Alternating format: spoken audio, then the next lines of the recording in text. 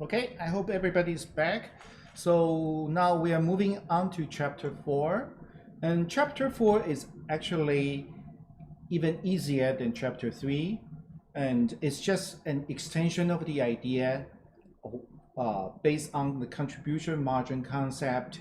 And now we are using those concepts and using those accounting numbers, try to apply it and see if we can use those accounting numbers to make certain decisions. So in this chapter, you will see those classic questions like, oh, should we take this special order, right? Should we expand to another region, right? And should we, let's say, start a new product line or cut the product line? This type of question, right? And this type of question always evolve with the calculation of contribution margin. How do we use the contribution margin, right? And see if they're going from one alternative to another will lead us to more operating income or better financial situation for the firm. So, see, the purpose of this chapter is what we see here, the use of accounting number, okay? And the very first thing you see when we talk about the use of accounting number, the first thing come to mind always is decision making, because that's probably one of the most important role for the accounting function. Right? What do we do is to provide relevant information for decision making. So the decision maker, they are not making decisions out of gut feeling. No, they actually have some numbers there to show, okay, if these conditions are met, that we can make perhaps more money or less money, or we can perhaps have a better supplier to deal with, or lower cost that we need to account for. But all those things coming from some accounting numbers. And those accounting numbers are our responsibility. We have to analyze the situation, right? Try to track down the cost, right? If it's a variable cost, let's find it. In what way it is variable cost, okay? Or if it's fixed cost, let's find it that way. Whether certain costs can be defined as manufacturer and certain costs cannot be defined as manufacturer. The real job of accountants is there. It's not the calculations. The calculation is easy. Trust me, it will become even easier once you start using Excel or once you start using computer program to do the calculation. Those are easy. Don't ever get bogged down by the calculation tasks. The idea of accounting is this, right? Are you able to properly define variable costs and fixed costs? In what way they are variable? In what way are these numbers fixed, right? And when you're talking about allocating those costs, in what way are you going to allocate, right? It's the logic, okay? And the classification that require real intelligence for an accountant. It's not those calculations. If you think that accounting is just about calculations, you'll be wrong. No, that's not. Because a calculator probably can do a better job, right? Doing those calculations. I used to think that people always say, you must be pretty good at math to do accounting. Now, the math for accounting is easy. Just plus and minus and multiplication. Rarely you use division. That's the extent of math for accounting, right?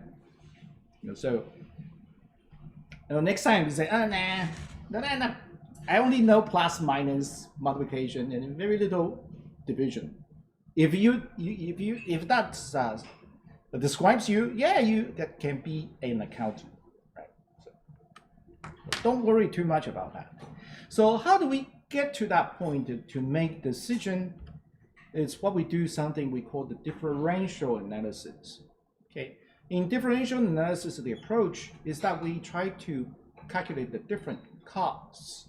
When there are two or more alternatives, right? The costs that differ between these two alternatives, right? That's what we call the differential, right? If I do A, I have to be responsible for this certain set of costs. If I do B, I'm responsible for another set of costs.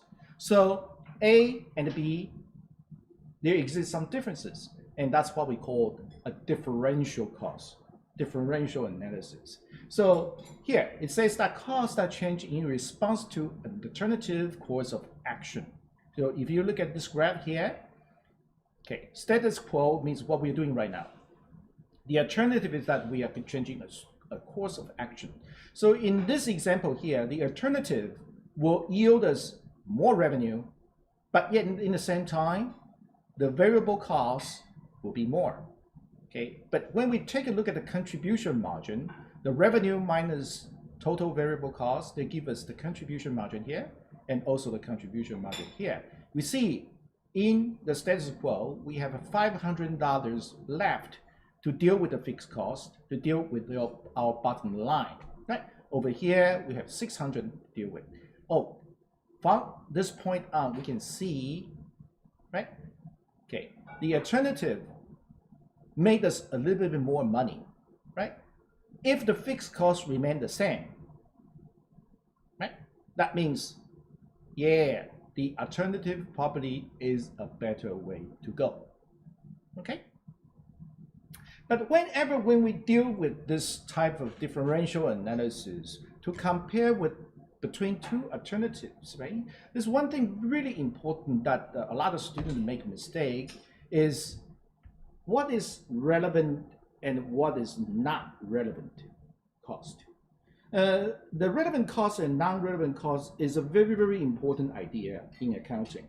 And a lot of times that shady salesmen or shady business use or abuse this kind of concept, the non-relevant cost, to tell, okay, you should do this, you should do that. Okay, so for example, let's say you are working the full-time job, right? You're working every day. And now this salesperson comes to you. Oh, your company is very inefficient, right?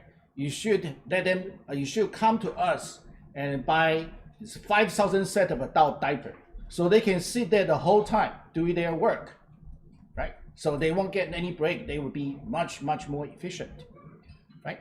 So if you consider this concept, right? So the actual relevant cost is what?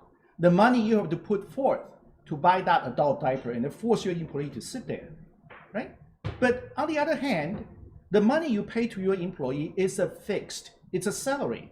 It doesn't really matter, right? Whether they wear adult diaper being remain on the seat or not, right? So that cost that you go ahead and pay for those employees in this decision making is not relevant at all, right? Because by forcing those employees sitting on the test, not able to leave, are you going to be able to make more sales? That's questionable, right? But what we do know is if we go choose this course of action, we need to buy 5,000 more adult diaper, right? This is an extreme example, but shady business salesmen, they always do that, right? They always use this type of things like, okay, monitor the employee. Oh, by doing this, you can monitor the employee, see what they are doing, right? But if you are already paying your employee, right, a fixed salary, monitoring them or not monitoring them by paying extra dollar, right, in this case is not relevant. What is really relevant is whether a mechanism that you add to are able to make a difference. More sales, right? We don't know. Are they able to take on more cases, right? That's what is a relevant part. So another thing, part of considering relevant cost, right, or non-relevant cost is the treatment of fixed cost.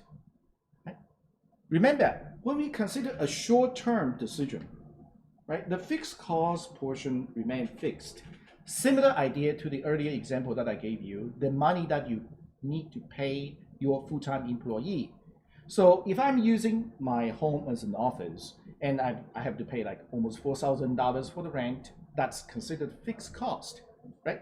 So this is the money I already have to pay, right?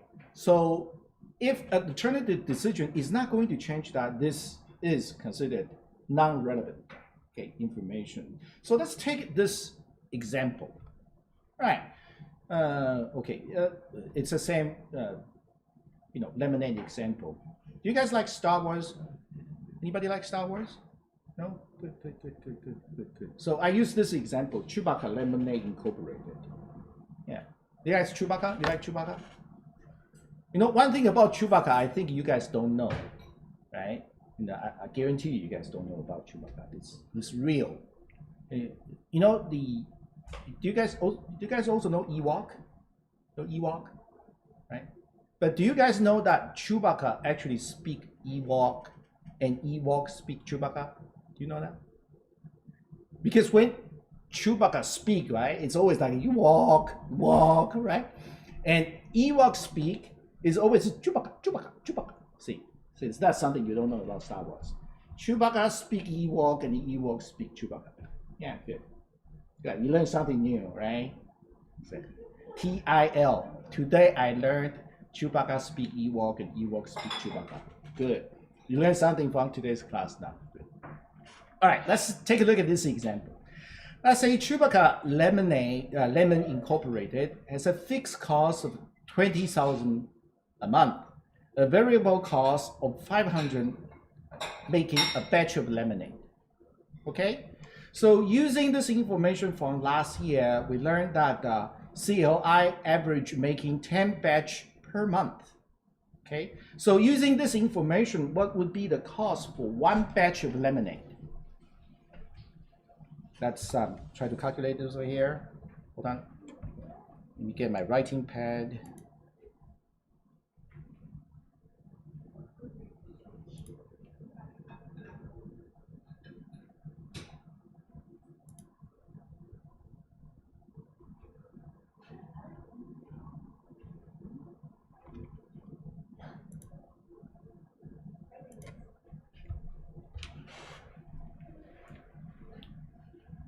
So we learned that, okay, so the fixed cost is at $20,000 per month, okay? And then we have a variable cost per batch at $500, okay? So say that using this information from last year, CLI averaged 10 batch per month. Okay, so we can make about 10 batch a month.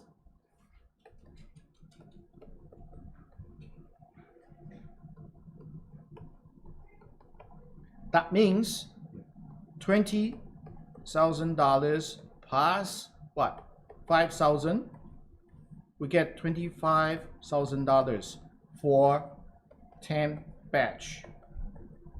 So if we allocated the fixed cost, we get $2,500 per batch. Okay, so let's say this: if a customer approached CLI with a special order of 5 batch at $20,000 per batch, should Chewbacca accept that order? Let's try to do this calculation. Try to do it in your way. Okay. Don't look at me, look at your writing pad. Try to run this calculation, try to calculate it. Does it make sense for Chewbacca to accept this special order? If so, why? If not, why not?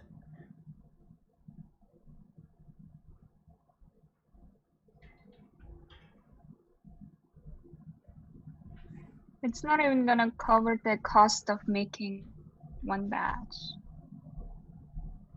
Okay, so we have an idea, say name, right? It's not gonna cover the cost because we are looking at $2,500 the cost, right? Allocated fixed cost. Some we heard some opinion. Other opinion? Other opinion? Any other opinion?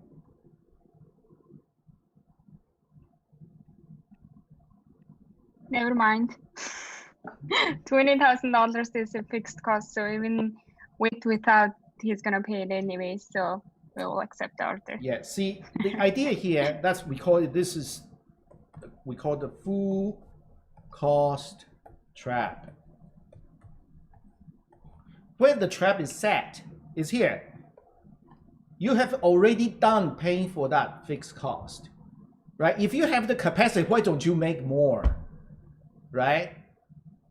Okay, right, you already paid out rent. It's already gone, right? And now if your factory can make more, you should make more money, better, right? So then the question becomes, what is the minimum price? Should Chewbacca accept that order? What's the minimum price for that 5 batch? 2,500, right?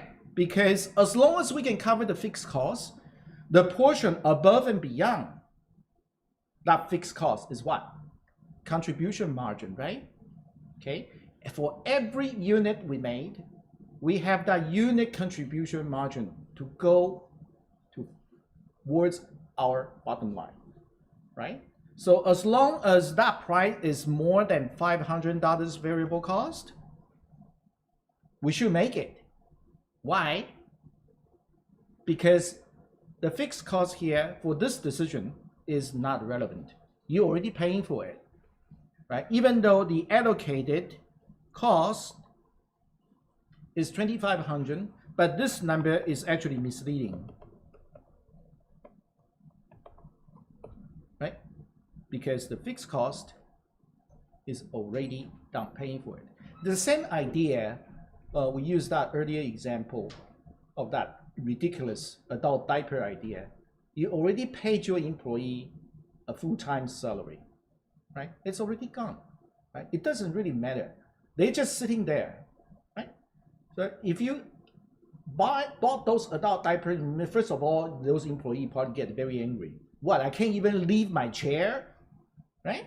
I can't even use the restroom, all because that you think that the company gonna make more money. No, the sales has not increased, right? It's not just locked them onto the chair will make a difference. Although that's an extreme example, but similar thing is happening here, right? So when you are making this special order decisions, you have to be very, very careful in deciding, okay, what is relevant and what is not relevant. And the example can be in many, many situations. This is just one of them, right? Use the fixed cost as an example. Okay, so next, consider this, sunk cost. What is sunk cost? Sunk cost is the idea that you have already invested that money is gone, it's past, right? It's sunk, right?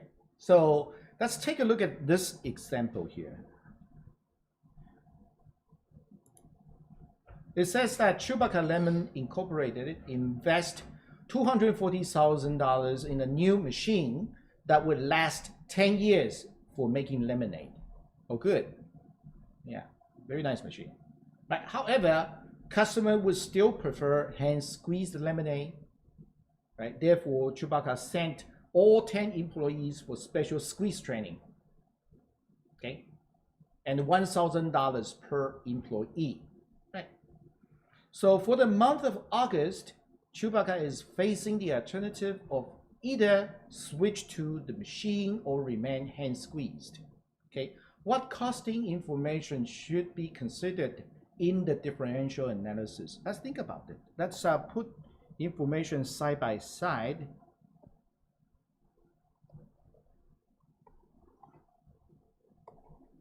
Machine versus people.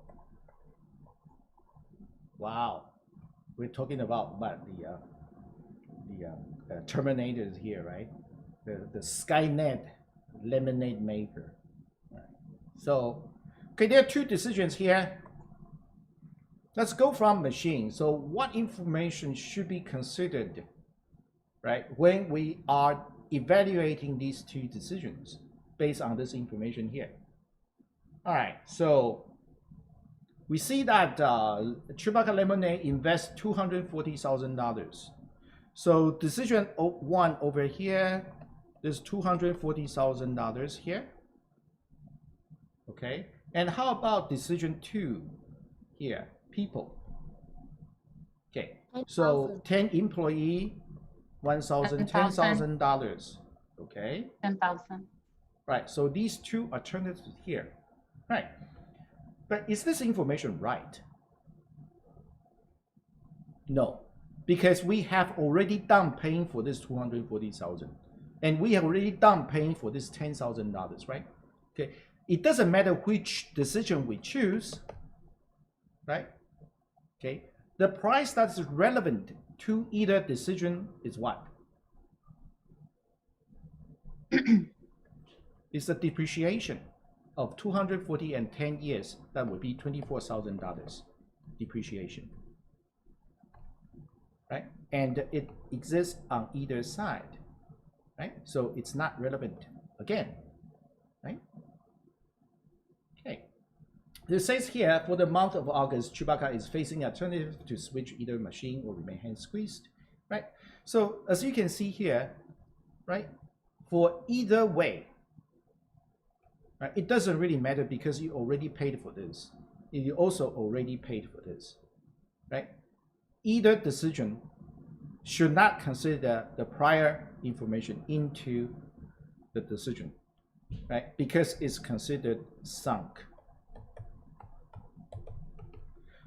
Right? But what is really relevant from this point on, after August, right? It doesn't really matter whichever decision that you make. Now, the cost that you have to recover will be what? 250,000. Because you have invest total $250,000 into this whole thing. So you better sell your lemonade, made enough money, right, to make up for the wrong decision that you've made, right? So yes, the sunk cost, when you comparing alternative decisions, can be irrelevant, right? But when you consider the pricing information, yeah, then it's a different story, right? You still have to make up, right, the money that you dumped in it. It's not as easy as, it's a sunk cost and we don't need to worry about it anymore. It's not like that, right? That's one of the common misconceptions we always hear. Oh, sunk cost is sunk. It's irrelevant. No, right? If you using this information, you still sell your lemonade at the same price, then you'll be losing money because you will never be able to recoup this 240 and this 10,000. So one way or another, the Chewbacca will probably think, oh, I gotta find Princess Leia for a promotion to sell more lemonade, right? Or gonna jack up my price, or otherwise, who's gonna pay for this machine, right? If I can't sell it, right? Okay, so good. Good. So far, so good? Yeah. Okay, so next one. So since we're talking about pricing, right? Let's spend some time talking about this pricing information or pricing method. Okay. When it comes to decision about making decision for pricing a particular item, right? There are several ways that will affect our pricing decision. Because first of all, we want to set the price that at least that can give us some kind of a contribution margin that will help us pay towards the fixed cost. So we are not actually losing money when selling stuff, right? So that's one of the considerations we think about, right? Unless for some really weird, bizarre situation we're going to talk about in a little bit. So the first method, the most common method, is what we call the cost plus method. So cost plus method is quite interesting. The pricing decision is based on the cost. So the business will set a desired margin percentage and add on to the cost.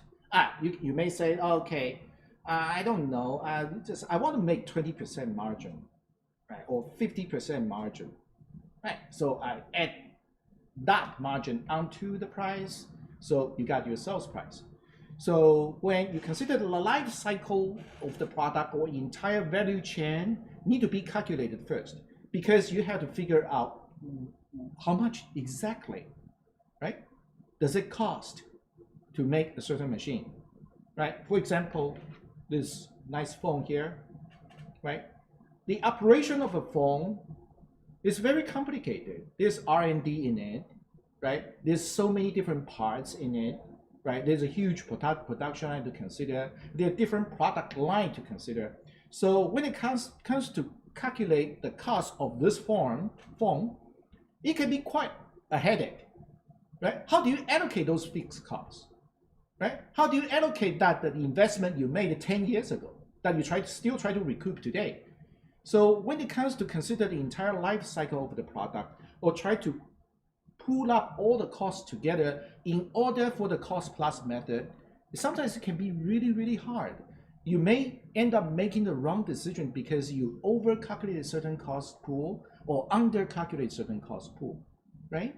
So, but this is still quite useful when it comes to making the pricing decision for a new product. A very good example is Tesla. In the early days of Tesla, right, they really don't know what's going on. So what they are trying to do is recoup the cost. At least they are not losing money when they are selling a car. So earlier model of Tesla, it's quite example, there's Model X and Model S in the beginning, right?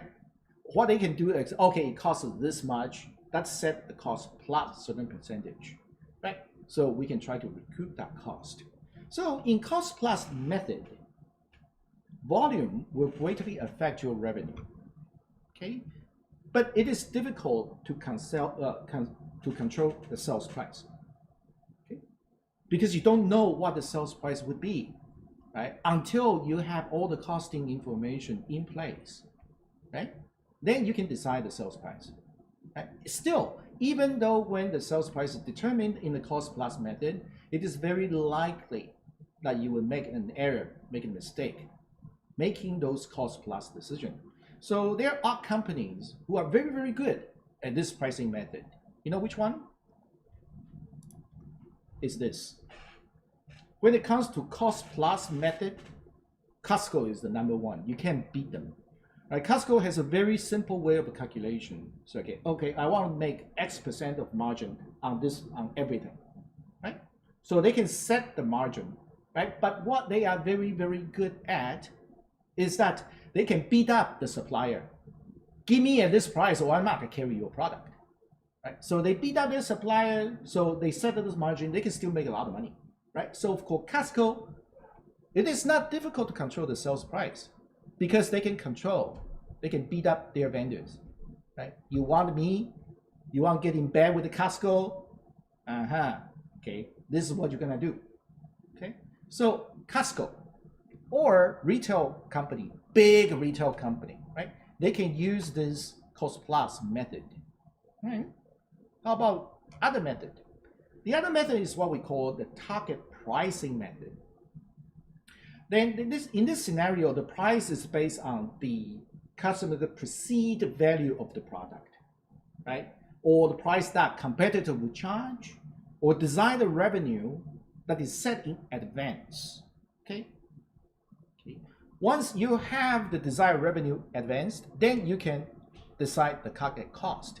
It's a reversed process, you see. On the first one, you get the cost information first. You figure out how much it's gonna cost, and you add a percentage on top of it, right? Okay, then you determine the sales price. And this method, the target pricing method, is entirely the other way around.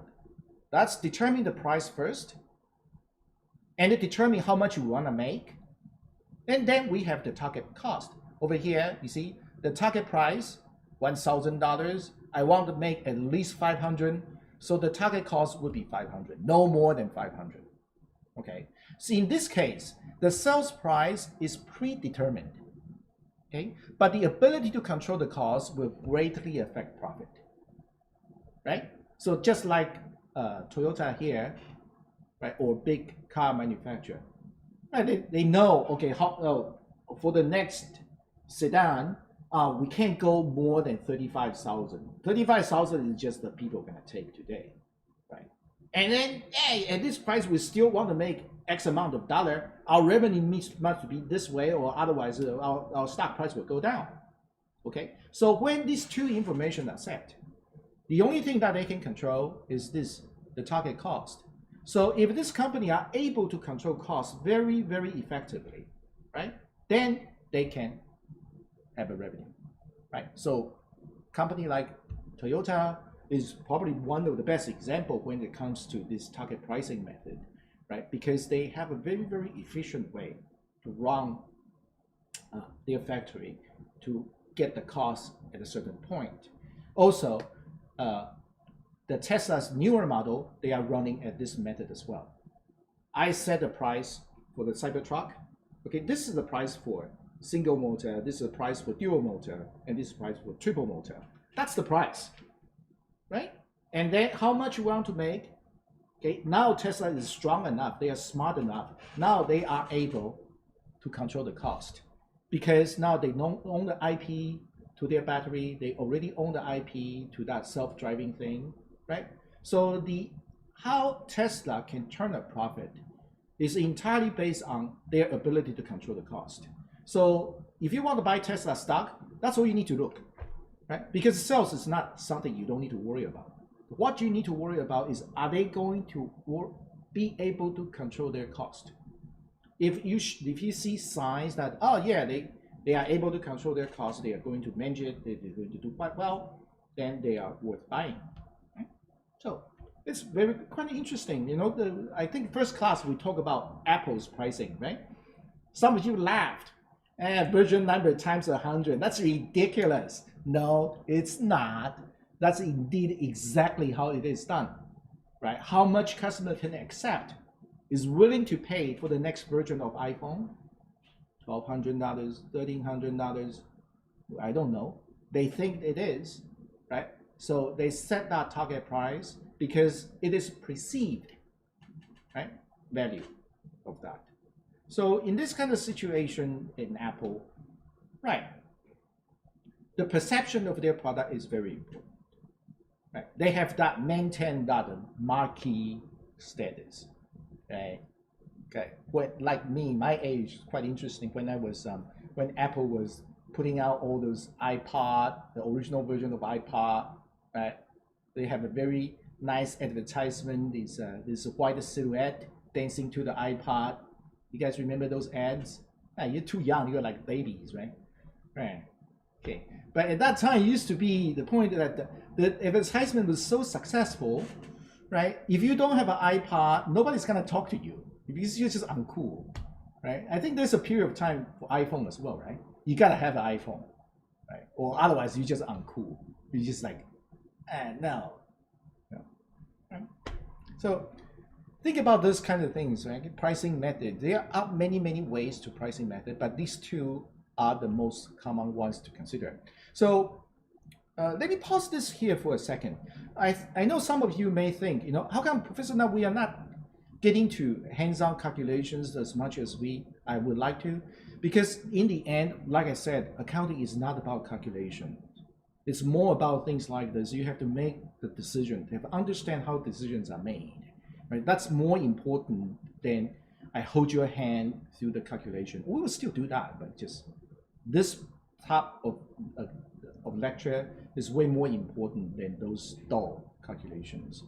All right, so let's think about other type of pricing considerations. I guess you guys seen this all the time, right? Promotional pricing. Evil, right? Get you hooked on first, and then you forget to cancel it, and then you look at your long credit card bill. What is this? $29? And that, what? $9? What? You see a bunch of those charges coming up because you forgot to cancel some subscription, right? Yeah, it happens all the time. That's what we call the promotional pricing. Okay, set a below market rate price at a loss to attract customers because you're betting on that. Oh, customer perhaps will like it, perhaps they will forget about it, right? Perhaps this and perhaps that. So this is commonly used for subscription-oriented product like cable TV, right? This guy. Do you guys know that Comcast is most hated company in America? Yeah, you know, most hated company. How did you get there? You just TV, right? How did you become the most hated company? But they are. With the AT&T. Yeah, Comcast, AT&T, they're all the same, right? Because they do this. all the time. First month free. But if you consider this from the accounting perspective, right? Does the first month free indeed free? No, right? Because you still have variable cost and a fixed cost to consider. So when you are offering a product first month free, what does that mean? Means somehow the resources you sacrifice have to be recouped one way or another. And how would you do that? Right? By jack up the price somehow. So this price can be recouped. Because there's no way that the company can indeed run at a loss. You still need to recoup that resources. Right? Right? How about this predatory pricing? You guys know predatory pricing? The predatory pricing is another practice that set the price low with the intent of driving the competitors out of the market. Okay, and the predatory pricing has one very unique feature. It is aimed at switching the demand to the predator themselves. Okay, so the demand for cell phone hasn't really changed, right? But if the company is suddenly coming out with an ultra low product, right, it will switch the demand from one company to other company. So that's what it does. Predatory pricing, switch the demand. So one very, very good example of switching demand or predatory pricing is the Walmart and Target drug price war. Right?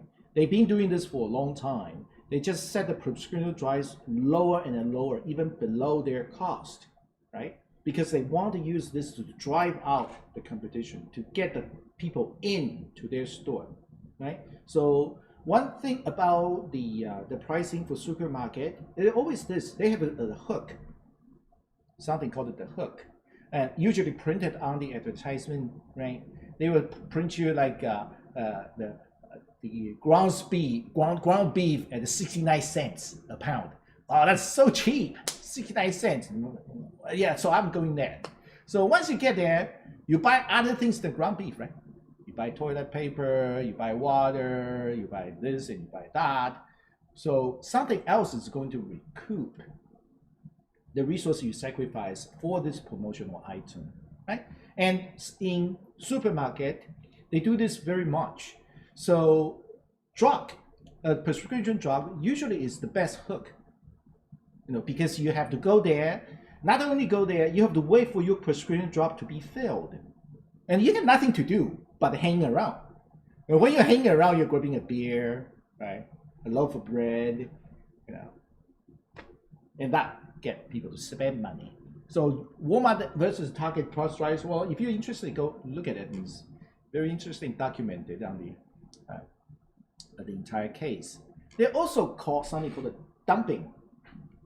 Okay, dumping is another form of predatory pricing, but it's very, very different than the this original way of predatory pricing. Remember here, what we're talking about here, the predatory pricing is aimed at switching demand to the predator, right? Okay, but in dumping, it's aimed at flooding the market with supply. You artificially inflate the supply for the whole market. So you are giving the market excess product it can absorb. So the market force says that when there are extra supplies, right, the price will go down, be forced down to a certain level, because they just, people don't want it. You're dumping so much into the market. So this is often same thing, and to drive the competitors out to secure the status of a monopoly. Usually the worst guy when it comes to dumping is this, OPEC. They're so bad. The America also have way to making oil, right? That's called fracking. You guys know fracking? No, the way of fracking to extract oil out of the ground. It's an evil process. You know what it does? Okay, so fracking is actually the oil, they are trapped in rocks, right? So in order to get those rocks out, you have to literally shatter those rocks and then melt those crude oil, and then suck out those the chemical juice, and then separate them out.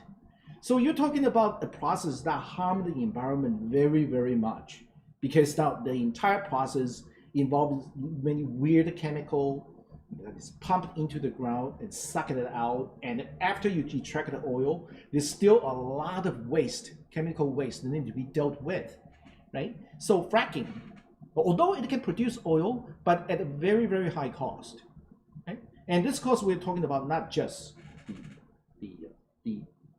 the cost that the company paying for. We're also talking about the cost that for us as a society, we are sharing the ongoing cost of this, right? But then if you compare to oil sand, like in Canada, right? Those oil are trapped, even worse form, they're trapped in sand, right? They just moss, sand, and all lumped up together, right? So the easiest way, the cheapest way to extract oil is, of course, in Saudi Arabia. They just suck it out of the ground. That's it. You know, they're so pure. But fracking, the cost for fracking is much more, and the cost for oil sand is way more. So if the oil price is high, right, it's fine. Everybody makes some money, right? The fracking guys can make money. The oil sand guys can make money. But if OPEC suddenly dump a lot of oil into the world, let's say try to artificially inflate the supply, and what will happen is that the company for fracking and company for oil sand, they will be forced to sell the oil at a loss, right? So to a point that if this situation prolong, the company will be driven out of the market. They can't afford to sell oil at a loss anymore, right? So by doing this, OPEC can secure its own monopoly just by manipulating the supply to drive out the monopoly, right? So the story about this is a bit more complicated because you see, we actually give subsidies to fracking company because it's seen as a strategic movement. We want to secure energy independence, right? So government is actually giving those fracking companies to pollute the United States. That's something that I don't understand. Right. All right. There's also something we call the price discrimination. Okay. So price discrimination involves the concept of selling identical goods or service to different customers at different price. Okay. You are use the way to discriminate different market, different people, right? Different prices. So it is heavily used other means to dress up the product or service to simulate the product differentiation, but they are in effect the same. Like airline ticket, right? When they're talking about the airline ticket in the seasonal change, we're talking about the economy plus, right? At that like a 3-inch more leg room, right? It's the same thing. The product is get you from place A to place B, right? But they use many artificial means to dress up the product. Like for example, if you pay a little bit more, you get to check in earlier. So what? You know, it's the same product, right? So that's a way to discriminate. Okay? Different kind of separate market by different price. Yeah, the argument always is if you can't afford it, just pay for it. So what? You know, who the users pay for whatever they want to use, right? So price discrimination, but sometimes it can be illegal if the price discrimination is on the basis of race, religion, disability, or gender. That could be considered illegal. There's one company went into trouble in San Jose. You know, it's a company that they sell coffee to girls at $1, right? Much cheaper than sell to guys, and they claim themselves to be a feminist coffee shop. Right, and that's what they did, and they got into trouble. Yeah, this price discrimination based on gender, that's not legal. But sometimes, you know, you see, if you have a promotional price for like kids, like movie tickets, right? Movie ticket is the same product, right? You go there, you claim a seat, you watch the movie, right? But if you can give certain like kids discount, that's a different story. But if you are intentionally making this as a discriminatory move, then that would be in trouble. right? Then there's what we call the price gouging. So price gouging is that the business take opportunity of a sudden demand or supply shock, right, to inflate the profit. Like for example, the COVID-19 mask prices, right? Okay. So the condition here set to determine whether it's legal or illegal is the inflation of profit, right? It is possible that the price suddenly go up for the mask price, but if it's proven that your input price, it is also cost more for you, right? You have not inflate your own profit, and that's fine, right? But if your input price is the same, oh, I got this mask at 10 cents per mask, or I just keep it in my warehouse, and now that COVID-19 happens, I'm selling at $10 a pop. So you inflated your profit, and now the Federal Trade Commission or Attorney General office, they can make the case that you are price gouging. That is illegal, right?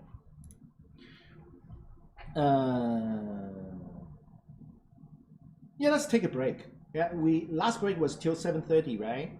So it's 15 minutes. So let's come back at 8:30, and we will get into the make or buy decision, right? It's different kind of decision for the product decision. Okay, so let's come back 8:30.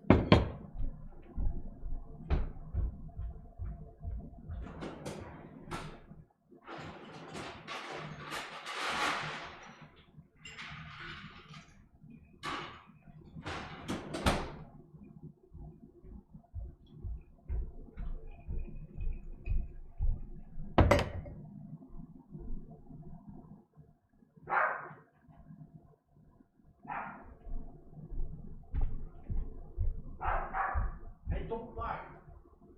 Come back in. Don't fly.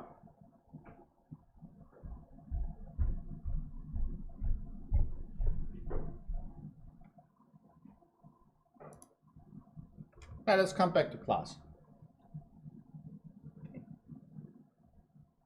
Okay. Let me show you guys something. I learned this new trick today. You guys want to see the ghost of San Francisco State University? Here. Ooh. It's really cool. I just learned this new trick. So funny.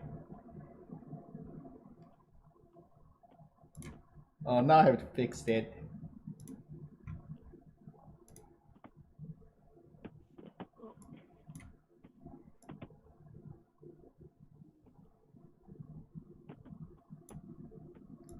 All right, I fixed it.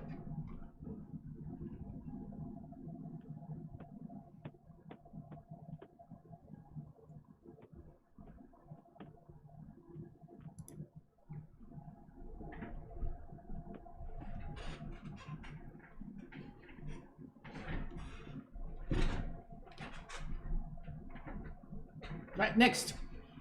Okay. Okay. Next, what we're going to talk about is something very, very common in management accounting's pricing decision or product decision is something called make or buy decision.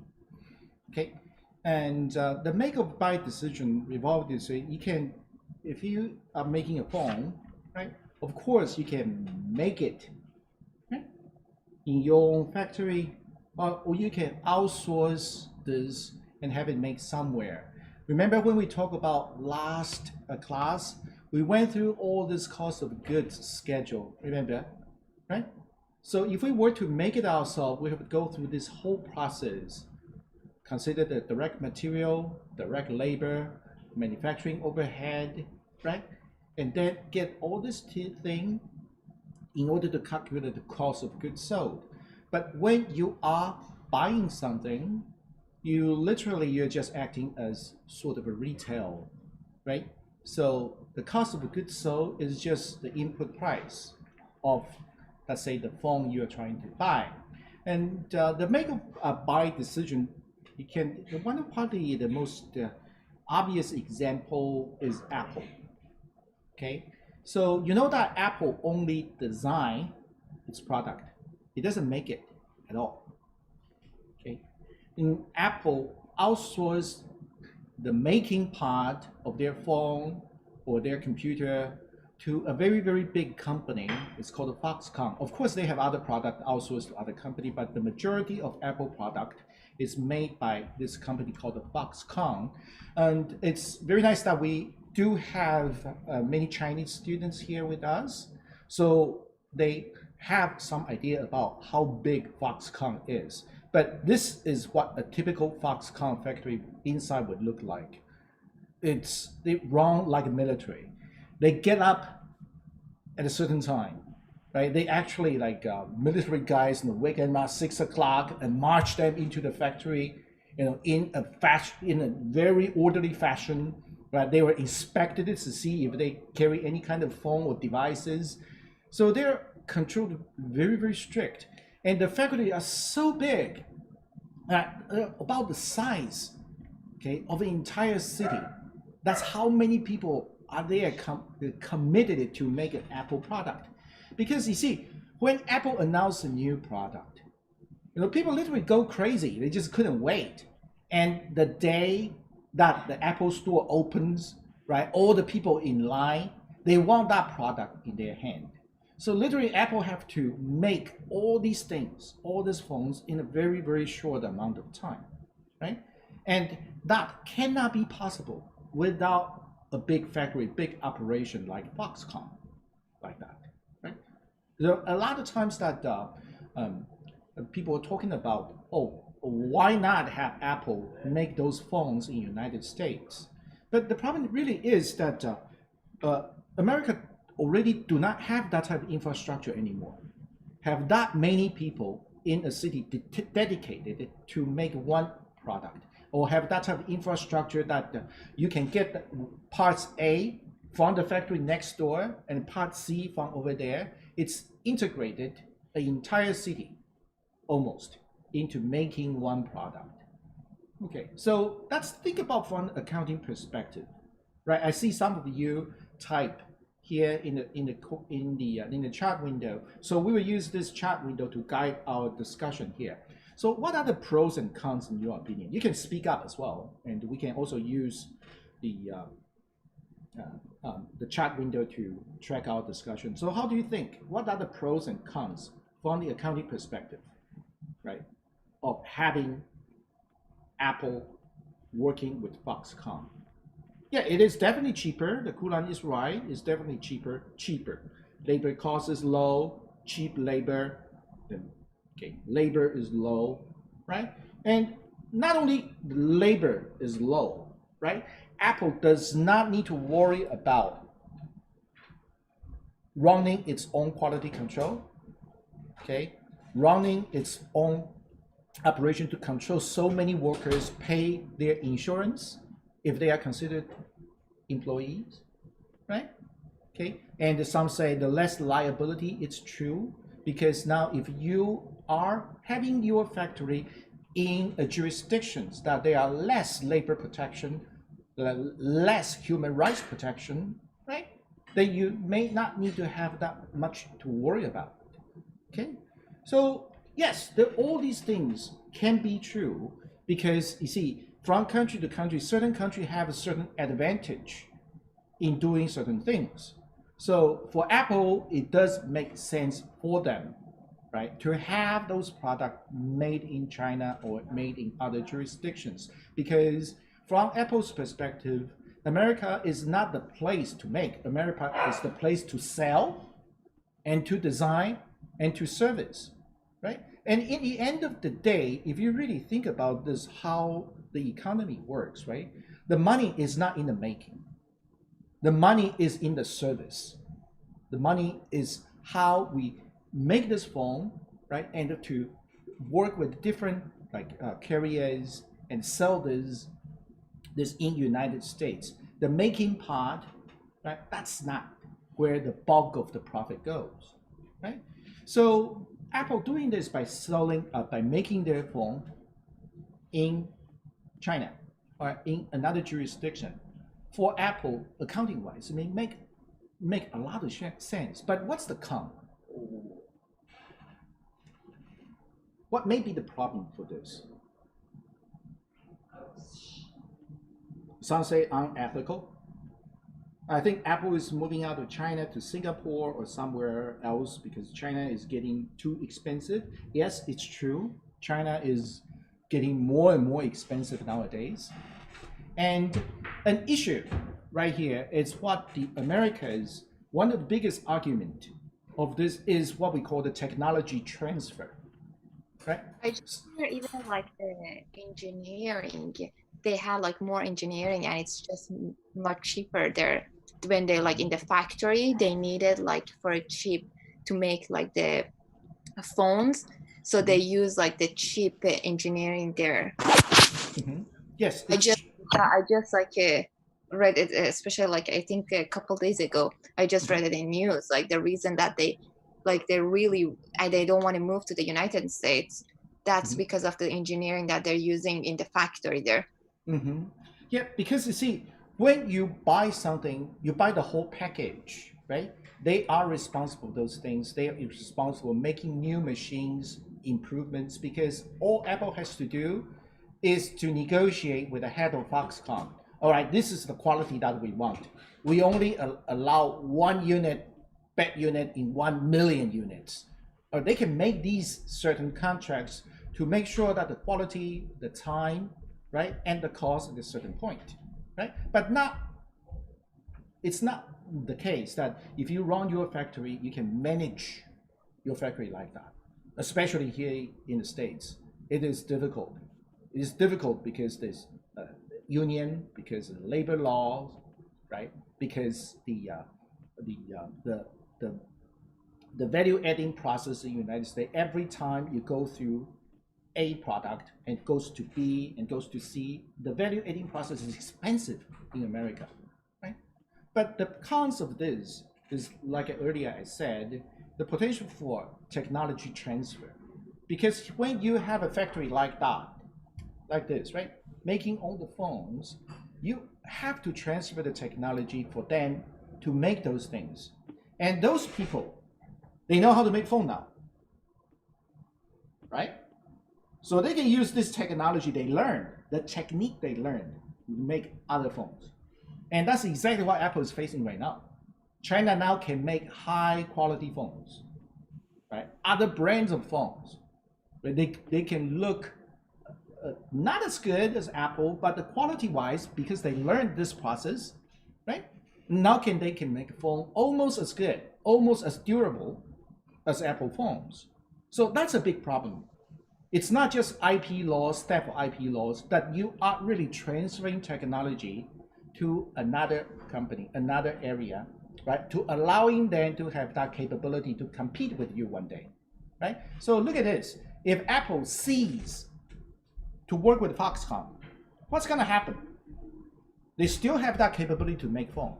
They have that infrastructure to make phone, right? They will make the phone eventually with other company, and that company will compete with the United States, right, with Apple.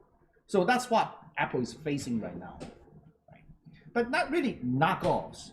Now the knockoff time in China is phasing out, right? They are able to make their brand, right? They are able to use technology to make phones almost as good as, right, the Apple phone, okay, with their own brand, right? Okay, that's knockoff is an early stage process. Now, those factories are moving beyond knockoff now. Yeah, but it's quite interesting if you think about these make or buy decision. It's not just dollar and cents anymore. You really have to think of the long-term wise. What's the effect on company, right? And about 15 years ago, I had the opportunity to advise some company. They were thinking about moving to China, and it's a real case. It's real interesting.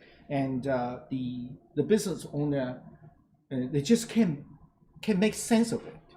Okay, so about 15, 20 years ago, the government of China, they start heavily promoting the idea called the special economic zone. They look at China and they start cutting up different rural regions or less developed area and just raise everything and start calling it a special economic zone or special factory zone. And what they did is that they clear the land to build factory, right? They put machine in it, like big sewing machine, those professional sewing machine as big as a house, those big sewing machine in there, equipments in there, right? So they put those things in there, try to attract factory to set up in China. They even offer terms to those companies. If you set up your factory here, I'll give you first year rent free. And those equipments are already there. All you have to do is hire our people. Okay, so the company that we advise is an Italian the garment maker. They make bags, they make the suits and all that. So they thought, oh my God, if we go to China and then we don't need to pay for the factory, it's already there. We don't need to pay for rent. They can hire cheap labor there. We just move a few guys, right, and we can do all this and that. And so the owner said, oh, why don't we do this? You know, this sounds like such a great deal. But little do they know, that's how smart those at that time the Chinese governments are, because that's exactly what they would want to do is technology transfer. They don't have the technology, they don't have the technique, the people are poorly trained. So they attract factories from other countries. They'll come to us, set it up here, teach our people to do certain things, right? Okay, so what happened a year down the road? Something very, very strange happened to this kind of setup. Okay, so if you are a company, let's say you are an Italian operation, right? Your cost of debt, you borrow money and you pay employee salary, right? You need to make $10 cents on the dollar in order to make sense. The margin is got to be at least 10%, right? In order to make sense. But because the labor cost is so low, right? And because in China, right, they do not need to worry about those things, just like other factory, the government is paying for the factory itself. For China, they only need to make 1 cent on the dollar instead of 10. So what happens there is a local factory, although they don't have the brand, but they can produce an equal quality of goods compared to the Italian maker who has the brand, right? So gradually the Italian garment maker cannot compete anymore because they just cannot make enough money, okay, in this situation. So so that's what happens over this past 15 years of time, right? There's a lot of technology transfer because of this setup, all this make or buy decision. The Chinese, the government that I have to, although they're quite evil, sorry, you know, I'm originally from Taiwan, so I see communism as something that's evil. But when they are talking about making this planned economic decisions, they're really good. You know, they know what they're doing. They really know what they're doing.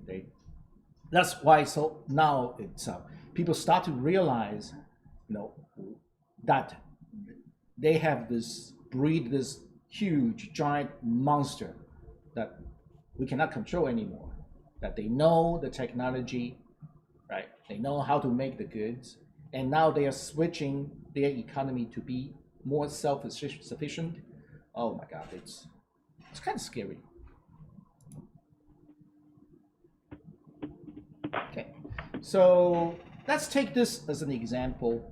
Let's read it first.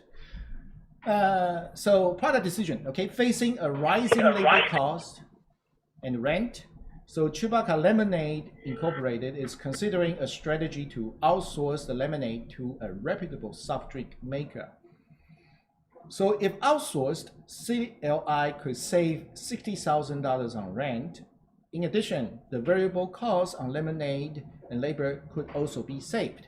Okay, so at the current cost structure, variable cost for one batch of lemonade, we already talked about it, $500.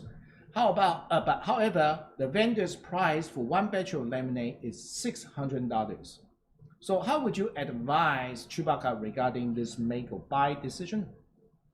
Let's see if we can work this out in our workshop.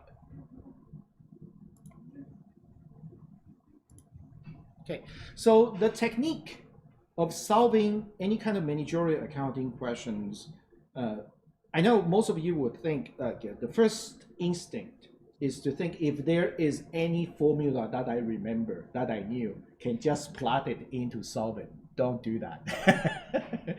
That's not the right way. Read the question carefully and try to find the structure of the cost or structure of their cells, and okay, tell me where the structure is. So in this example, let me find my pen. on one hand, we have make. On the other hand, we have buy. Okay, so with the make of this, the decision to make, there's $60,000 rent, most likely a fixed cost, right? Okay. So earlier we discussed, right, fixed costs may be irrelevant, but the case says here, if they buy, they could save that. Most likely they just let go of the lease or get the lease go to someone else. So you see, you have to read the question carefully because the situation may change. So in this case, the fixed costs do matter because here, they don't need that anymore, right? So the variable cost here for make is what? 500x, assuming x is the amount, the volume, right? The number of batch.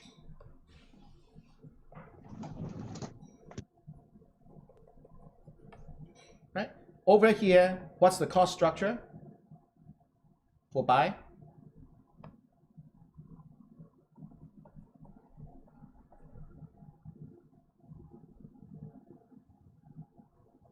Right? So what we are seeing here is buy is more expensive than make, right? But what the problem is, at some point, they will be exactly the same. All right, if you make, look at this, it's very easy to determine. If you make like over X amount, make 1 million, of course, making it at home would be much cheaper, right? If the volume goes too great. So indeed, what we really need to consider is to put the two and two together. Right, let's say at what point these cost structure will intersect.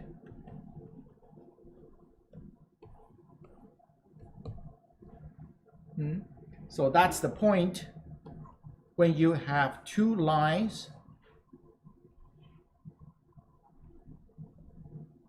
at a certain number, right? When they are intersecting each other. Okay, so let's try to solve this problem then. 60,000 equals to 100x, x equals to 600. Right, so let's try that out. If the volume is at 500,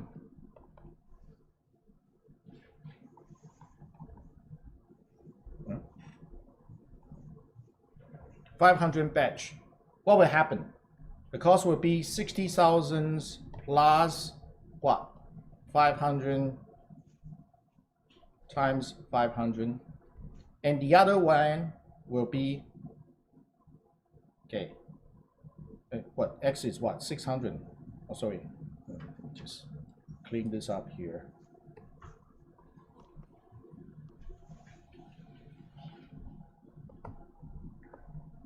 Okay.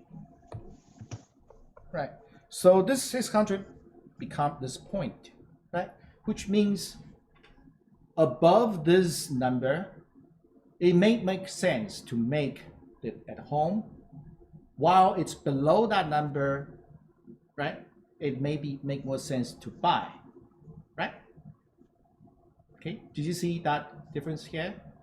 Right, because at this x equals to 600, we are at the equilibrium here, right? Either decision make the cost structure is exactly the same, but above 600, this side starts showing a disadvantage, right? So now we have the number, but the question is not just solving the number, right?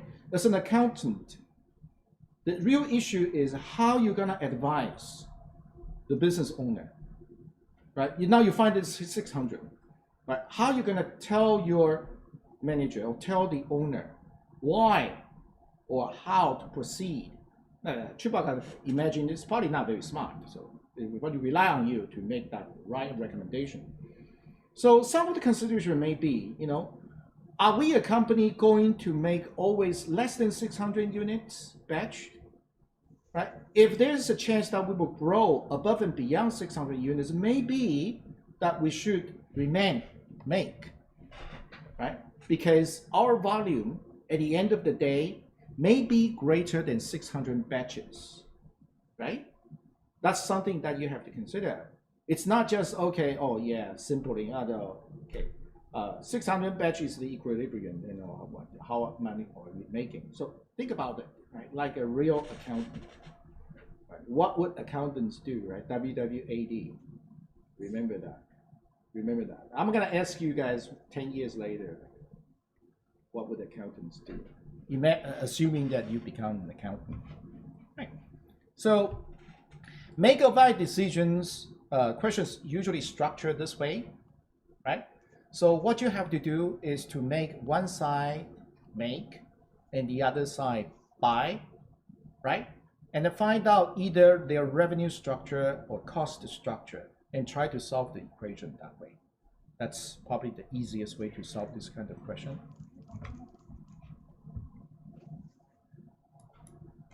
All right. So the last part of today's lecture, we're going to discuss a very important part of decision making when it comes to the cost concept. It's a concept of opportunity cost. Okay, so I think most of you have heard the term opportunity cost one way or another. Right? The opportunity cost is defined as the foregone benefit, right, when choosing one decision over another.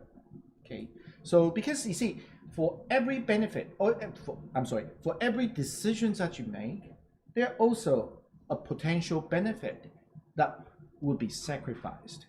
Yeah, like for example, most of the time we talk about, people talk about go to school or not go to school, right? Or if you choose to invest in Tesla, right? Or invest in Bitcoin, right? If you have only a set amount of data, right? Okay, invest in Tesla versus Bitcoin, there may be some foregone benefit there, because if you put $1,000 in Bitcoin 2 years ago, right, you can buy a car, right? Because that's basically how crazy the Bitcoin has risen, right? And one thing that happened to my class, it's something really happened. So last year, around the time of March, April-ish, Tesla was in big trouble. They were investigated by SEC, right? And the bunch of a series of bad news happened. So at that time, you know, Tesla dropped to 193 per share, really. So I was teaching AO7, the Accounting Information System and Cybersecurity class. So I told the class, you know, this is the time to buy, because they can't go any lower. What happened if they get any lower? Apple will buy them. Some company will buy them, because the company just have enough technology, enough IP there to make that price worthwhile. Right. So we know it's not going to go any deeper. So I told my students, buy them, buy them, buy them. And I think one student did. You know, I also bought some, and you know, it went up to like $600-700, and at the point it was at 900. So I sold mine at like 750, but I made a lot of money. It's just quite nice. All right, so let's come back to the idea of opportunity cost. Okay, so when you think about the opportunity cost, it is easy to fall into the trap of thinking could have, would have, should have, right? So like I told you right now, oh, I could have bought Tesla if you have told me. I would have done the same thing, but who would have known that they have risen that much? Who would have known, right? So the idea when it comes to opportunity cost, the key word really is that word foregone here. Is really foregone, right? Are you for certain, right, that if you choose one decision over another, that the benefit really going to disappear? Right? So one must have a really clear and consistent definition of foregone benefit when making decision around the opportunity cost. Because you see, it is easy to say, if I choose opportunity A, right, we would have made much more money. We would have, we could have, we should have, all that, right? But when in reality, right, this type of decision is paid with much more attention to really define what is the opportunity cost. Let's try this example. Let's carefully compare the opportunity cost of decision A versus B in this three scenario.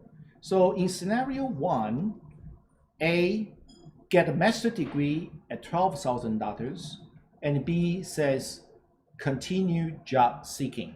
So with this A versus B, let's think about the opportunity cost.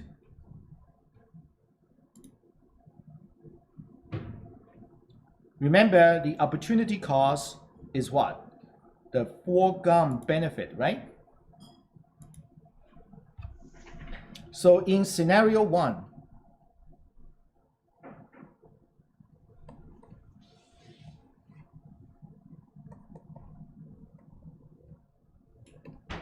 what would be the foregone benefit if you go A? Get a master's degree at $12,000. Okay, you may think, oh, I could have get a job, but I didn't, right? But is the benefit seen here? Can you reliably tell me that by going to a master's degree at $12,000 that you are losing something on the other side? We don't know, because see, at B, we are still seeking for a job, right? The job is not there yet, right? So in this scenario, right, if you go A, the foregone benefit of B, we don't know. Maybe nothing. And maybe the economy is just so bad that a bachelor degree, you can't get a job for a very, very long time. So we don't know. But by going B, what is the foregone benefit? Not going A, right? Potentially you can save that, right? $12,000 over here, right? But the situation changed when you look at the scenario 2. A is get a master's degree at $12,000, but B is quit or give up a job offer at $48,000. Right now, the foregone benefit is clear. If you stay with the scenario A, you are losing that $48,000. Right? So which means if you stay with the course of A, you have to recoup this $48,000 somehow. Right? Because you could have made that $48,000, but you didn't. But in this scenario, the difference between scenario 1 and scenario 2 is that the foregone benefit is seen, right? That's really a benefit you have given up, right? So in managerial accounting questions, a lot of times you may not find a straight answer. The issue is that how do you justify it? Even though a lot of times we say, oh, opportunity cost matters, but it is so easy to fall into the trap, could have, would have, should have, right? So let's take a look at one last example. Scenario 3 here. Okay. A says quit now for a job offer at $48,000, and B says what? Stay in school.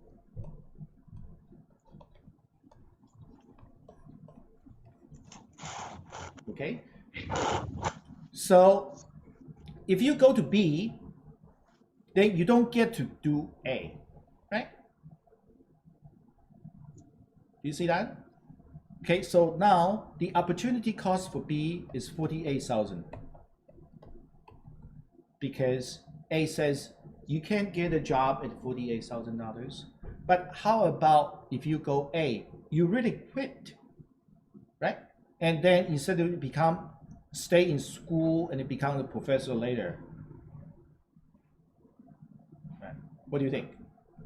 What's the foregone benefit of not being a professor?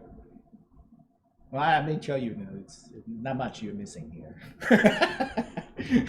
They don't pay professor all that well. You might as well just get a job and get the experience, and eventually do a lot better than professors. We just bums. No. This is a joke. Okay, so you quit now. Well, what you're looking at is you don't get to be a professor, right? And you don't get to make the money that professor made, let's say peanuts then. Okay, professor make peanuts and banana. You don't get to make these, right? Peanuts and banana, right? But if you go B, stay in school, right? You are potentially giving up this 48,000 times the X amount of years that it takes you to become a professor, right? Maybe 10 years or so, whatnot, who knows, right? So you see, this kind of opportunity cost comparison, it can drag on and on and on, right? Sometimes people use this kind of opportunity cost to decision to think about whether to have kids or not, whether to marry or not. No, I tell you this, it's not just about dollar and cents, right? No, we have gone through this class long enough, 3 hours. All I'm trying to do is explain to you that sometimes the decision goes beyond just dollar and cents, right? Because someday you say, oh, okay, I made a decision not to having kids because having kids is so expensive. But later, coming down, the loneliness is just so unbearable. Right? Oh my God, I wish I had done different. It indeed happened to my friend. I have a friend who's, he 20 years ago he was young, and he said, I don't want to get married. I don't want to get tied up with a wife and kids. I want to, browse around because I'm handsome and whatnot. And 20 years later, now nobody wants to marry him. Yeah, get a pet, and then he actually has two now. He has two big Doberman. But that's you can't compare a Doberman to a real wife, I guess. So that's today's class, and okay, don't forget to do the practice. All right. Okay, so if you have run into a problem into the practice, let me know. Come to me before the class begin, and we can work it out together. All right. But depending on how complicated the classes, and we may devote more time to this type of workshop mode. Like for example, for next week's class, when we go into job costing and process costing, right? And then we have to do more calculations. But today's class, and it's the type of class that I want to set the groundwork right for you, right? So you get the right mindset, what managerial accounting is about, right? And to redefine those terms. So the secret of doing well in this class, or doing well as an accountant, a lot of it has to do with your professionalism and how clear you are in talking about accounting issues. And talking about accounting issues start with how you can understand certain accounting concepts, right? So last week we talked about the different concept of cost terms, and this time we talk about a very important concept when it comes to pricing decisions, right? Break-even analysis. So this type of terms are very, very important, right? So from now on, you should see yourself differently as other accounting students. You can just test it, hey, help me out, how do you define break-even? If they go, no, you are better, right? Ask them, what's the difference between profit, okay, or, the other way, well, operating income versus gross profit versus revenue. See if they can answer it correctly, because those are things that matters, right? If I hear somebody who confuse revenue, right, to gross profit, I know, that person is probably not going anywhere. So take your time to practice these things, right? Even though you may still run into problem doing calculations, but if you can understand, okay, the right concept of cost accounting, you will do fine later, right? And the type of things that you won't forget once you get into it. It's like riding a bicycle. Okay. You won't forget this type of things. All right. Okay. So everybody doing fine? Is it a lot to take in for the class? How's the pace? Is the pace okay? All right, if it's too fast or too slow, let me know so I can make adjustment for upcoming classes, right? But I think that based on what I'm seeing here, I can kind of guess that you guys are still looking at the monitor, and perhaps you're looking at something else, I don't know, but I think I assume that you're still paying attention. I haven't lost you, and that's a good sign. All right, so I will release the homework. I think it's already automatically released, right? The homework, right? Try the homework. There's no time limit. You can work with someone together. I don't mind. For me, working with someone with your homework is not considered cheating, right? As long as you really try to do the work, not just copying the answer. That's not working with someone. Right? So do that, and I will see you next Tuesday. Yay. Bye. Professor, I had a... Yeah, if you have a question, stay and ask me. Okay. I was just curious. I'm applying for this job and it's asking for a beginning wage to ask for, and I've never had an accounting type job before, but I have had a lot of business experience. Do you think that $20? Where is the job? It's Novak. No, I mean location-wise, geographical location. Oh, it's in the city in San Francisco. Oh, okay. And what's the rate they're trying to offer you? They're asking for what rate I want. And I was wondering if you think that me asking for $20 an hour is a good price. Come on, no. That's waitress price. I don't have experience being an accountant. Okay, that's just okay. You go. You just keep adding your number, and I'll tell you when to stop. 25. Oh, okay. That was the average online with experience, but 28. No, try 35. 35. That's okay. San Francisco price.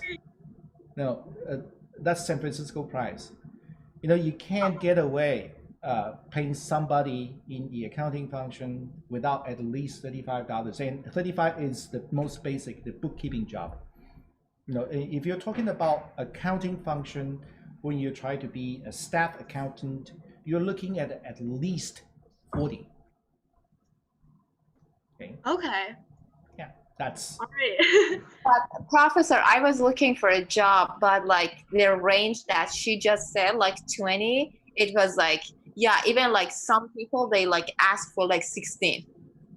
16? Like even in San Francisco, yeah. And that was like, it was shocked. Even like we don't have any experience. That was my concern too. Like, because we don't have experience, but like the people like, yeah, this is like the range, you don't have experience. And everybody, like when you look for the job right now, I don't know, Amanda, if you're looking for the job, you see like how like the minimum experience, like 3 years, 2 years, and still like 22, like maybe like 20 to 22 or something like that, even with experience. I don't know, like how can like these people, like what do they think about this? But like their offer is really low. It's really low right now. Yeah, it's to be honest with you, we see these kind of job ads all the time, and we do see that there are, like, for example, there's a childcare center that they want staff accountant they were willing to pay 76 to start, 76 for a staff accountant in San Jose. And for almost a year now, they still couldn't fill that position. 76 full-time job, it's reasonable, right? Yeah. Yeah. Consider, like what, 40 hours a week, Those 160 hours. 160 hours for $76,000 job, and plus benefit and insurance, all that, and full-time position, right? Wow. Okay. Good to know. Yeah. So where can we find those jobs? but it's not where can you find those jobs. These jobs are they come to us all the time. It's just we're seeing less frequent now because of the COVID-19. But before the COVID-19, we actually get those advertisements to us, directly sent to me, very, very often. And for accountant job, they always paid around 70,000-ish. That's for an accounting job, right? If you go for CPA, right, the first job without the CPA designation is about 65, right? Just without the CPA designation. You mean 60,000 per year, yeah? Yeah. Okay. Okay, so as soon as you get a CPA, you go up to about 100. That's as soon as you get a CPA license. It just your contract is different. It is like that in San Francisco, right? Like for example, last year, A07, the 4+1, the master level class. So I have the student who tried to interview I think one of the consulting firm,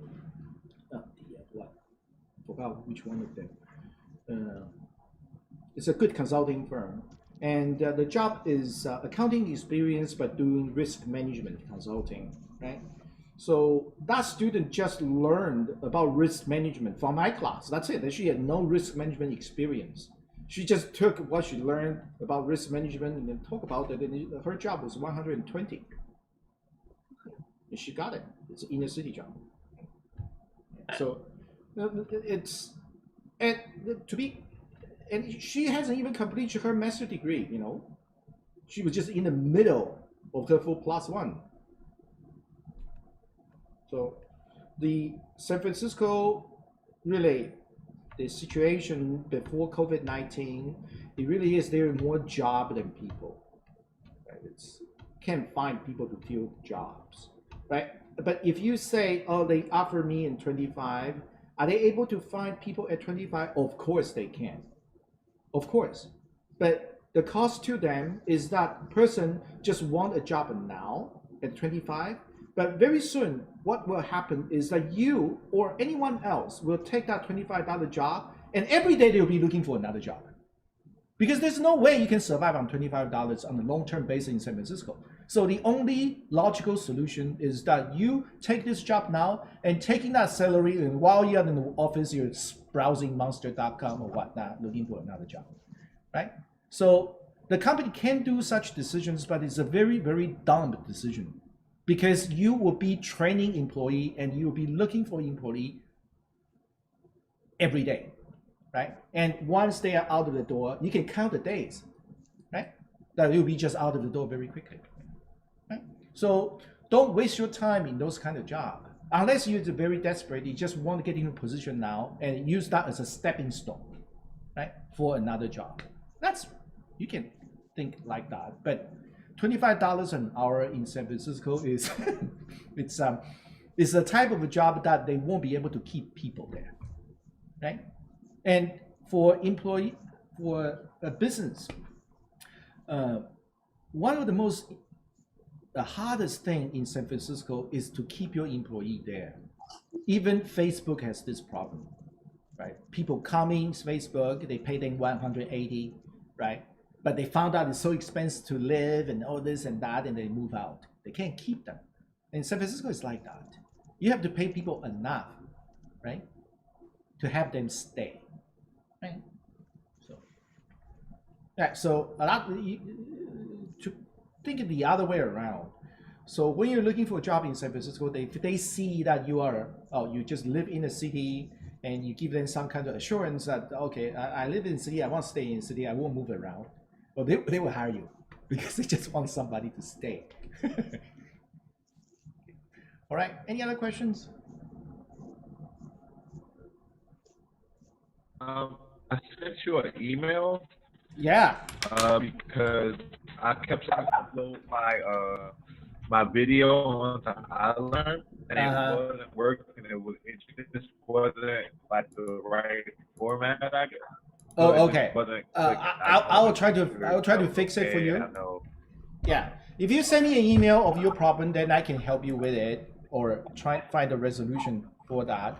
But Lance, I thought I have to sign something for you, right? Yeah. I sent you that like a while ago, but I know you have it. You sent me something back, but I don't think I wasn't sure if I got it. Yeah, let's figure like, that out. It was the rec letter. Okay. Yeah, we'll figure it out. If I thought I need to sign something, I already completed, but I haven't signed it. I don't know whether I can digitally sign it or need to physically sign it. And anyway, let's figure that out. All right. So, Professor, Okay. I'm gonna ask my recruiter. Okay. Yeah. we won't have any workshop tonight. It's gonna start from the next week. Yeah, it's gonna start from next week because this 2 weeks there are not too many problems that we need to do. It's very easy. It's just a waste of time. But starting from job costing and process costing, we will do that. Okay, great. Thank you so much. Have a good night. You too. Have a nice weekend. Hi, Professor. I have a question. Yeah. So you want us to study the lecture, the textbook, before the Zoom meeting, and then after that you will post the PowerPoint, right? No, you don't need to study beforehand. You don't. Oh, okay. It's not required. Because sometimes if you study beforehand, you get confused even more. Oh. I'd rather have you like come to class and understand the concept and then go ahead and read the textbook after, right? You don't need to study beforehand, okay? But you do need to practice after, right? You have learned from the class, right?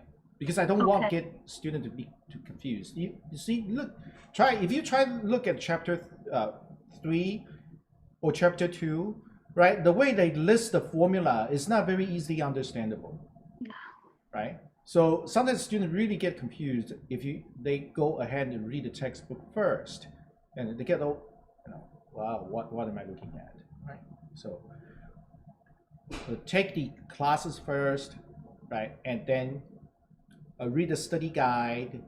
And if you still don't understand some concept, then go ahead and look it up in the textbook. The managerial accounting textbook is not something to read, no. So as long as you understand concept, right, from either the lecture or study notes, try to do the question right away, right? If you can, if you still have trouble of doing it right, then look it up in the textbook. Textbook is the last step. Okay, doing practice is more important. Right? Don't read it. It's not very well written. Right? It's not fun to read. It's like, I'd rather read the Game of Thrones. So much more interesting. For the exam, will you focus on just like the question from practice and homework question or some definition? Now, the midterm or final, you will always see very similar questions from your practice, right? But I can't tell you what's the percentage is going to come from the practice or come from the textbook. But there will be questions that very, very similar to what you have done in your homework assignment or your practice exam, right? But I can't tell you like, only 10 questions or only 50 questions. No, right? Just you'll be rewarded if you do homework assignments and do practice questions. That's what I'm saying. All right. Okay, thank you. Have a good night. You too. Bye bye. Professor Lee, the exam is only include multiple choice and numbers, right? There's no short answer. No short answer, right? I have a question. For homework, for the homework assignment, there's a check your work button. Is it for you to check the solution or for you to check the grade? No, for you guys. That's not for me. Yeah, that's what I mean. Yeah, it's for you guys to check the your work, whether you did something wrong, right? It's not for me. Is it the solution or grade? It's like for score or solution? There are solutions. What if you try the practice questions, right? If you did it wrong, you can see the whole solutions there. Oh, so we can only know the score after we've done all the questions. I don't know. I don't remember. Yeah. Oh. No, Okay. you score every question. You have to score every question and then go to the next question. And then when you finish one question, it will show the correct answer. They have an option that show correct answer. They have an explanation for you. Okay, thank you. All right. Any other questions? No? All right. All right. See you guys next Tuesday. Have a good night. Oh, Professor. Yeah. Hey, Makina. Yeah, so I had a question. I put it in the chat box. I was Okay. wondering, I've been using Excel for the homework just because it's easier with all the processes and everything, but we probably can't use it on the midterm and final exam, right? It's fine. You can use Excel. Okay. Yeah, Thank you. I don't mind using Excel as long as you did it yourself. Yeah, no, it's just easier figuring out all the problems and stuff. Because Excel just makes everything easy. Yeah. It's like for me, right? It's like I hate my own handwriting, so so for me, using Excel is normal for me. No problem. Of course, no accountants can't calculate things anymore. It's not reliable. All right. So, any other questions? Professor, for the exam can be, as you said, like it's open note and open notebook. So even can we use the Google Docs as well to just write some notes for ourselves and use it during the exam? It should be fine. Great, thank you. Yeah, but you have to consider though, right? If you write too much notes. Oh no, right, yeah. You have too many pages to shuffle through. Oh no, right? no. That does not work. Yeah, it never is like, yeah. It's just like something to get idea. Good. That's the idea. Thank you so much. Okay. All right, bye. I have a question. Oh, okay. The content from the study guide is different from your PPT. Of course, it's different. Yeah, the study guide is designed for you to guide you through the book. It's an expert from the textbook. It's meant to help you to learn, because you see, I can only focus so much on the PPT slide. And the PPT slide is designed for you to understand the concepts. Okay? But PPT slide is not designed as a study guide for the textbook. Right? Okay. So you use the PPT slide to get into those important concepts. Right? And you use the study guide as a supplement to PPT because we can't cover everything in the PPT. Right? Yeah. And so it will help you to understand the textbook a little bit better. Right? Okay. Because even the study guide, even though every managerial accounting textbook has its pros and cons, right? If I choose this book has its own good point, right? It's relatively easy. There's practice questions, and there are like test bank questions are relatively easy. They are not out there to torture students. And some other version of textbook, the question can be very, very difficult, right? So the concept for every managerial accounting textbook is about the same. You go to CVP, you go to contribution margin, you go to decision making, you go to this and that, right? But the reason why I chose this one is because the test bank and the practice questions are easier, right? Okay. So, but we still need to cover the core concepts in managerial accounting. But it's not that I'm trying to teach you the textbook, right? That's defeat the purpose. I don't teach to the textbook. Okay. Thank you. All right. Professor Lee, when will you send the link to us? What link? You record the lecture, right? Yeah, it's